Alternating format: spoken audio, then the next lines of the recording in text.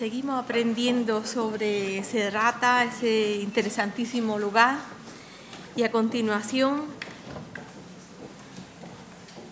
Christoph, Konrad y Ines Oberhollenzer nos hablarán sobre el estuco y decoración de los palacios de quşūr en la residencia Umayyad Residence Ruşāfat Hishām, en Siria.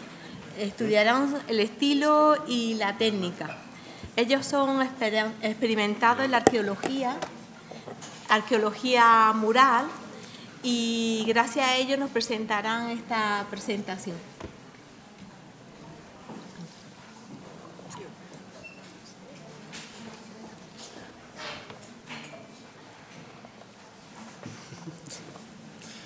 So, at first hand, I want also to start with a thank you for this marvelous conference and for the invitation. And we are very happy to be here. I will give you a short introduction to the site of Ruşāfat and the palace. The stuccos are from. Ines has studied under technical aspects. Ruşāfat Sergiopolis, Ruşāfat Hishām, is an excavation project of the German Archaeological Institute in cooperation with the Syrian Department of Antiquities, conducted by Dorothee Sack from the Technical University in Berlin, who is also sending her greetings to this conference. So,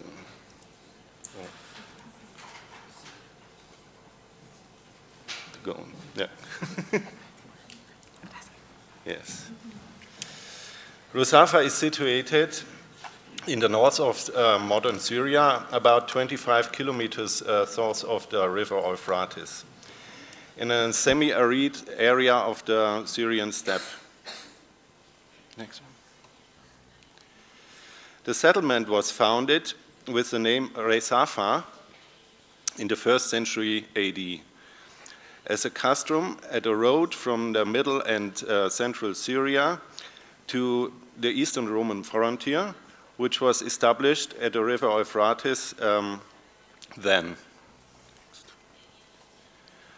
Under aspects of archaeology, we don't know much about the 1st centuries of the settlement.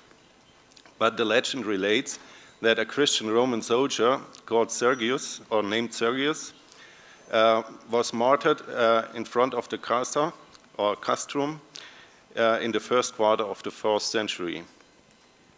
Hence, Ruşāfat became a prospering place of pilgrimage in the 5th century, and around the year 500, it was enlarged to a city named Sergiopolis. A huge city wall was built, as well as 3 big and several smaller churches. Impressive cisterns, which are still very well preserved. You see here.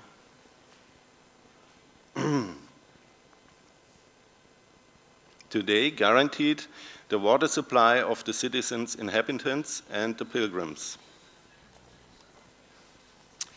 About 100 years after the Muslim conquest of Syria, the 10th Umayyad Caliph, Hishām ibn Abd al-Malik, decided to take up residence in Ruşāfat Sergiopolis. This new residence is named by the sources Ruşāfat Hishām.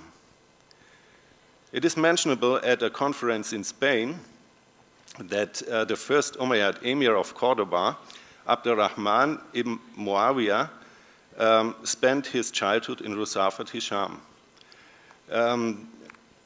Abdurrahman's father, Muawiyah, he had a passion for hunting, and as you all know, hunting could be dangerous, and his father was dying by a hunting accident, and so he came under the patronage of his grandfather, Hishām. And also his first palace in Cordoba was named for that, Ruşāfat. Hishām ordered the great mosque of the residence to be built aside the pilgrimage church inside the late antique city. But the main part of the residence the palace area of about 8 square kilometers was built south and southeast of the city walls, as you can see on this aerial photo of the late 1920s. We have investigated several buildings in the palace area of the residence since 2006. Today I'll bring to focus a palace which is situated 1.5 kilometers south of the late antique city, as most of our stucco finds are from this site. The reconstructed plan of the palace is determined by a rectangular enclosure wall of measuring 79 to 75 meters. That means the enclosed area was nearly 6,000 square meters. The facades were punctuated and enhanced by 5 massive projecting towers per side. An oblong gatehouse was set in front of the northern facade, a unique feature in Umayyad palace architecture, but not unusual in Ruşāfat itself. The main gate led to an almost square central courtyard, which was surrounded by a remark that means an arcade. Opposite the main gate, the majlis, the reception hall of the palace's patron, was situated. The majlis was accessible through a door in the northern wall of the central courtyard, located on the axis of the main gateway. But most of the other rooms in the palace were not accessible from the central courtyard directly. They were arranged around what appear to be 6 rectangular secondary courtyards. And this is unusual in the early Umayyad palace architecture, but common in the Abbasid palaces in Iraq later. The division of the palace in an official and in a private part could also be recognized in the palace's decoration, which is limited to the official or representative part. The gatehouse in the north of the facade of the palace, the gate's passage, and the courtyard are decorated with whitewashed stuccos, predominantly made by molds.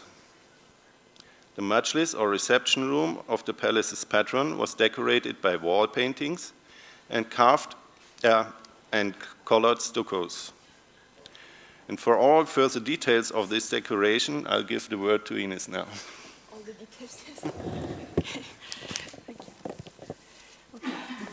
The following considerations about the stucco decoration are organized according to the sections of the building and describe interiors, zones of transition, and exteriors where different materials and techniques were employed. The surfaces of the walls in the most significant interior room are characterized by the following division. In the lower part of the walls came a dado zone made of compacted, smoothed, and finely finished stucco that served as a ground for wall paintings.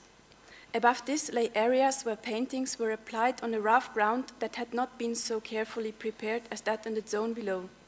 Next came zones covered with sculpted decorations made of shallowly carved stucco, whose ornamental effect depended on the play of light and shadow. These fragments are the only examples of wall decoration that had survived in situ. In the following, I will describe the different layers beginning from the wall construction to the layer of the paintings. The walls themselves consist of mud bricks and clay-based plaster. On top of this came further layers of plaster, measuring about 1 millimeter thick. One base layer and then a ground for the paintings. Both layers consist of a very homogeneous white fine-grained material. The base layer was tempered with straw.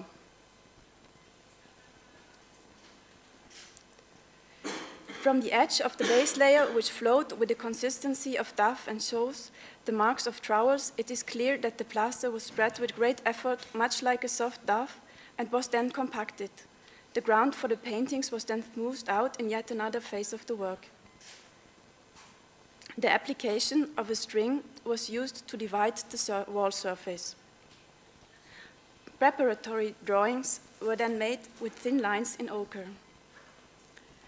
Together with the impressions made by the strings, this evidence suggests that the work of planning the wall painting took place while the plaster was still moist. The paintings are done in black, blue, green, ochre, and red on white stucco ground. As for the composition of the pigments and binding agents, no analysis so far allows for any firm conclusions. The question of whether these paintings were executed purely in the stucco technique or whether they were made with a combination of techniques also remains unclear. In the best preserved of the paintings, the smooth, bright surface and its resistance to water point to a fusion of different techniques, however. The painting itself is done using several different brush techniques. The application of color is not uniformly opaque, but rather is quite watery and translucent. In some areas, the color ran, forming droplets. The ductus of the brush is fast and almost light, composed of long and fluid strokes that are freely drawn and not always precise. Moreover, the application of the brush varied according to the different thicknesses of instruments employed, alongside strained and continuous strokes and lines that have a geometric shape one finds those that are curvaceous, inconsistent, and run in meanders and loops. The brush was also used to apply color in depths, sprinkles, and sprays. All these patterns served as part of depictions of marble incrustations that were often used to decorate walls. The following illusionistic image can be reconstructed here. Within ornamental bands, columns made of porphyry rise from round bases. These are depicted with white, red bands set close together and then sprinkled with sprays of white. They served to frame a series of panels which contain depictions of bookended and variously painted patterned slabs of white marble with the cloudy striations typical of the stone. This effect is achieved through the use of the white ground in combination with patches of translucent light blue pigment dabbed onto the surface. The wall painting shows no overpainting in the sense of an additional decorative scheme. Indeed, a repair is only visible in the corner of the western wall of the side with the entrance. Here, the newly plastered area was smoothed out with a brush, which resulted in a different surface effect, and then was painted to conform with the rest. These fragments of carved stucco that come from the interior rooms formed part of a zone of wall ornament made of a composition worked in carved relief. The finds were quite small and heavily damaged due to the poor state of the walls, which have been the victims of brick robbers over the time. It is not possible to say where individual fragments originally were placed. Finds around the entrance area to the north also revealed a zone of rough, unevenly spread plaster placed at a considerable height on the wall.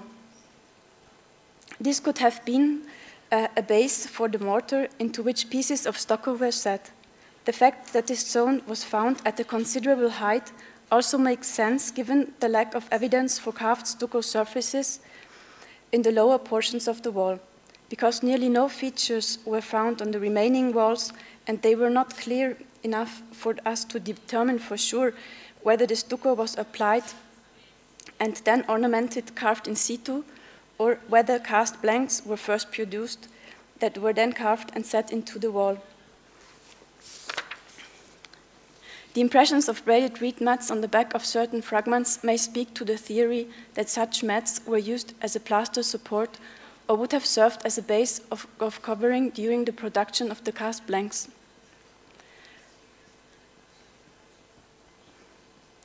After the stucco had set and before it became completely hard, the ornamental pattern was transcribed onto the surface and carved into the stucco. The stucco mixture created for use in the inner rooms, which were sheltered from the elements, is homogeneous, fine-grained, and very white. It was surely best suited to carving with sharp knives, for otherwise these tools would become dull too quickly when used in medium.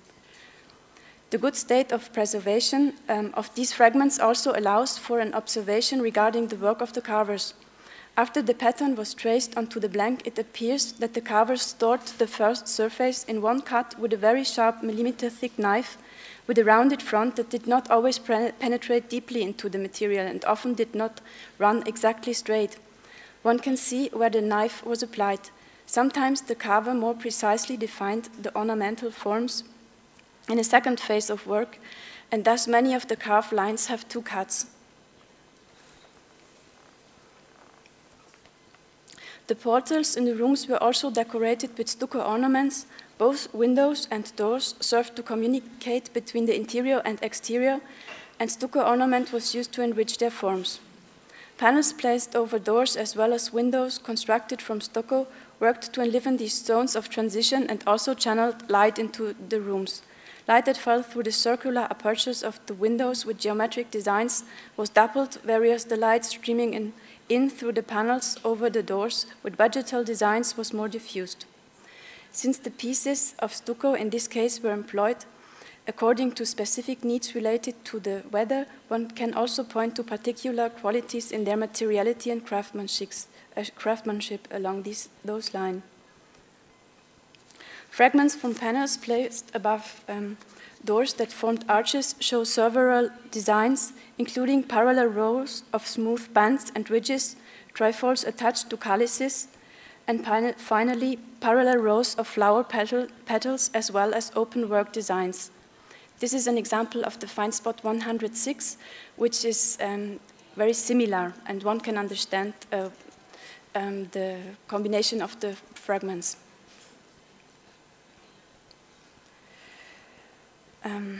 This panel was probably cast from a homogeneous white substance, since its backside is smooth and little air bubbles are evident.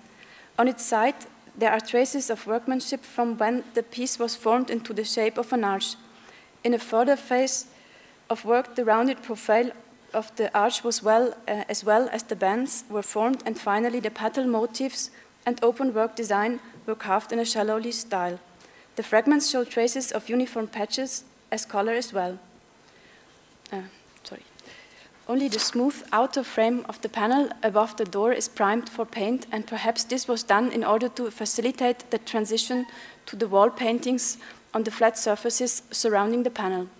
Otherwise, a few remaining powdery paint layers were applied directly to the stucco.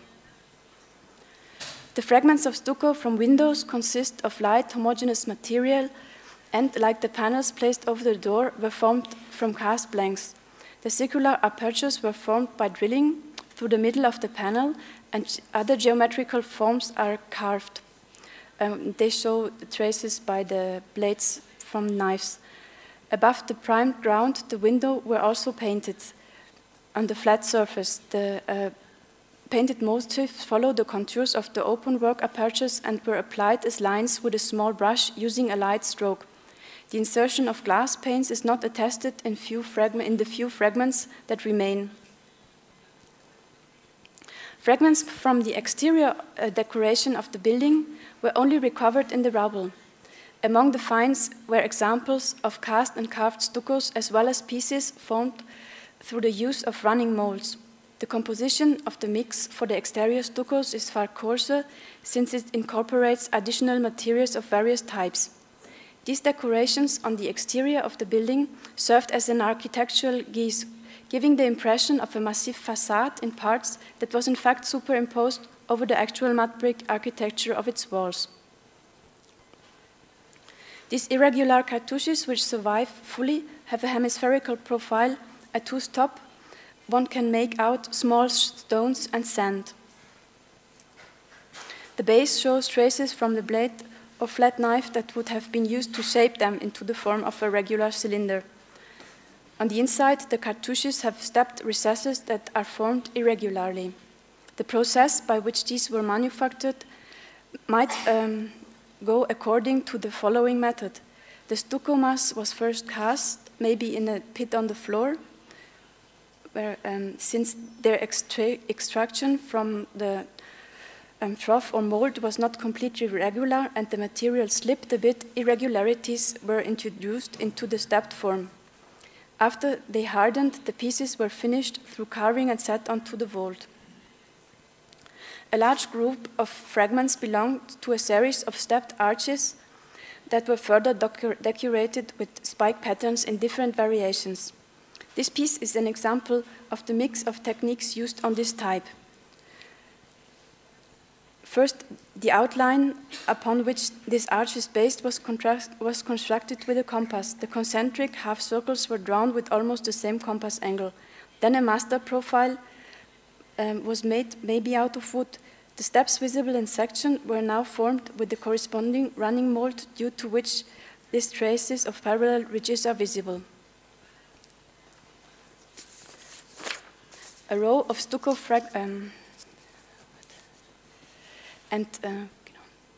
and we have also the marks from the carving process by dividing the circles and then cutting out the triangles. A row of stucco fragments of 3/4 profile columns of various width on rectilinear slabs show traces that allow suggestions to be made regarding their production. The backs of these show traces of straw mats. It is possible that wooden frames were laid on top of these straw mats. These frames might have had an identical head and base piece in the shape of half columns in cross sections. The stucco material might be poured into the frame, and then a running mold with the negative form of a 3/4 column might be dragged across from base to head, leaving the profile of the column. The backs and also the broken edges show the older material, such as fragments of stucco, pieces of brick and the like had been incorporated into the core.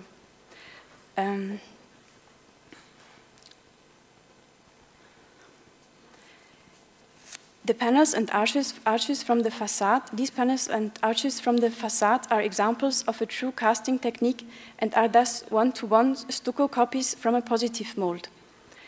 The pieces were formed using a complex casting process, and thanks to our finding a group of fragments cast from the same mold, it is possible through sketching to reconstruct the fully form. Most of the motifs, which were repetitive, were clear and could be placed within an arch form and two groups of panels. The end result is shown here. The cast, which reflect the positive molds one-to-one, also allowed for some observations regarding both the positive molds and the manner in which the casting process was undertaken. In contrast to the geometric forms that were constructed using the compass and ruler and then carved quickly in the hardening stucco, the fluidity of the motifs on these panels speak to a pre-planning design drawn with the brush. As for the material from which the model was made, wood is likely candidate. Blemishes that remain visible in some of the casts closely resemble the natural fissures and ridges in wooden panels. The positive mold was not necessarily made from stucco. The technique of molding allows for the production of objects conceived and made from other materials. These are these traces which are repeated in the different casts. As for the material from which the model was made, the cast also. The composition of the stucco used for these exterior panels is gray, and additional materials such as charcoal, ash, and sand from riverbeds is visible in it. The proportions of these materials within the mixture differed between the various casts. The casts also showed different depth of relief on the same forms, and this observation suggests that the positive molds were not pressed into the clay with a consistent pressure. The backs also show traces of the material having been spread around by hand. Impressions on the sides can be assumed to come from wooden casing. In collaboration with colleagues from the plaster workshop of to the Staatliche Museum in Berlin, the following work process was reconstructed based on the observations of the casts found in the Syrian excavation. First, moist clay was spread smooth between two fixed beams. Then, talcum powder was sprinkled over the clay as a mold release agent. The positive model was brushed with oil and was then pressed into the clay by foot. A wooden frame, also sprinkled with the release agent, was then laid around the newly formed clay mold. Next, a stucco mixture was made from alabaster gypsum and the form was cast. After hardening, the plaster panel was carefully removed from the mold. The conclusions reported here suggest significant similarities between these and other stucco panels from the site made in the Umayyad period. The panels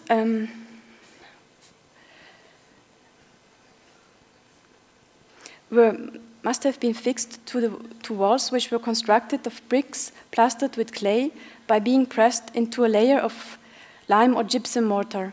The structural form of the stucco panels, which have convex backs, as is evident in section, are likely related to the hook-shaped forms made by extrusions of mortar on the side of the panels. During the setting of the stucco panels into their beds, these hook-shaped extrusions were made due to the impression of the rounded surface into the mortar. They were finished with a layer of whitewash. A row of battlement fragments shows that these elements were also cast. The motifs were cast and next, two panels were paired back to back and joined together with mortar. Finally, they were covered with a layer of whitewash, meaning that both the back as well as the front side were designed to be ornamental. The geological bedrock of the Ruşāfat area is composed of limestone and gypsum, and these stones were used as building materials in the late antiquity. It is thus natural that gypsum might be chosen as the base for the stucco, as was the case in other regions in which gypsum had historically been used, such as in Persia and the Maghreb, as well as in Andalusia. In the interior, smoothed, burnished, and compacted stucco surfaces were used as a base layer for painting, and the upper zones of the walls were decorated with carved stucco. The openings between rooms, such as windows and doors, were ornamented with carved and painted stucco. On the exterior of the building, cast forms were used alongside pieces shaped with running molds that were often finished through carving. The composition of mixes used for stucco in the interior sections of the building appeared to be much finer and more homogeneous. It did not contain large tempering agents, as was the case in the mixtures used for the exterior. The grey body of the carved stuccos from the interior was primed. Some fragments bear traces of a layer of color. The smooth stucco surfaces used for painting were applied directly to the walls. In the ground coat, one can still see traces made during the division of the surface for the organization of its working by the craftsmen. Carved stuccos appear to have been limited to the higher parts of the wall. Here, the application of ornament was applied in layers over a specially prepared surface with roughened mortar serving as a ground layer. The heavy sculptural architectonic decoration was probably being set into niches within the mud brick architecture. This would be the only way to explain that no traces of a mounting system were found. In the building's interior, a white primer was used as a surface treatment for some of the stuccos made of grey material. On the exterior, a thick whitewash was employed. And now to the conclusions. The individual decorative motifs that combine to form the building's ornamental system are the result of several methods of craftsmanship through which the raw mortar was worked into various compositions. These were employed according to the space and to the desired decoration. Thus, it could be said that technique was foundational to style. On the one hand, there was the hard, smooth, burnished, and compacted stucco used as a ground for painting, which resulted in a surface effect that perhaps recalled that of precious stones. Then there were geometrically constructed patterns used for the carved stuccos, which result in a flat style that stands in contrast to the fully plastic, rounded style seen in the cast pieces. Such a division indicates a high level of organization and planning. The methods employed at this mobile construction site appear to have been completely reliant on the work by hand and yet also quite efficient. The traces of workmanship regularly speak to handmade products, although attention to detail seems to have been less important. Thank you very much.